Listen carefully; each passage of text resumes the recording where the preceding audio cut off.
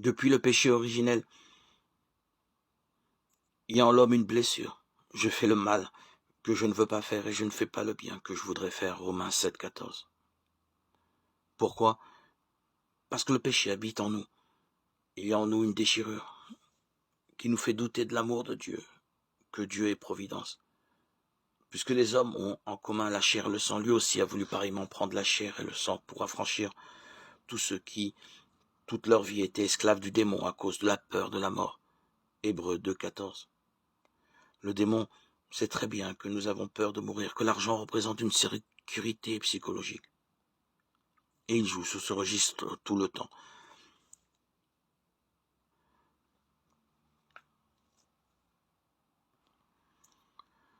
Le démon attire les hommes en premier par une démesure dans la possession des biens. Car une telle accumulation peut occulter de façon illusoire notre peur de la mort. Par la suite, il s'agit d'attacher les hommes à la vanité, à la recherche de l'estime des autres. Nous sommes tous esclaves du regard des autres. Nous cherchons tous à être reconnus, renommés, à être quelqu'un. Combien de parents disent à leur enfant « Étudie mon fils, car ainsi tu obtiendras une position dans la société ». Les mêmes parents sont-ils capables de dire à leur fils « Prends une année sabbatique pour chercher Dieu, car c'est sur lui que tu bâtiras ta vie ».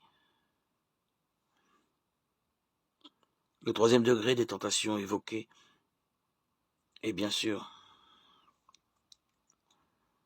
l'orgueil infini que l'homme riche garde en ses possessions. Par sa richesse, il croit être quelqu'un et donc il domine l'autre. Observons le monde. Toutes les guerres, d'où viennent-elles?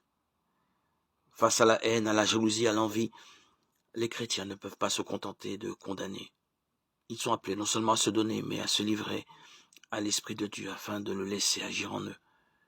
Si nous lui laissons prendre les rênes de notre vie, alors il peut nous sanctifier, faire de nous le sel de la terre et la lumière du monde. Il s'agit de croire que Dieu, si nous lui accordons notre confiance, nous donnera tout ce dont nous avons besoin.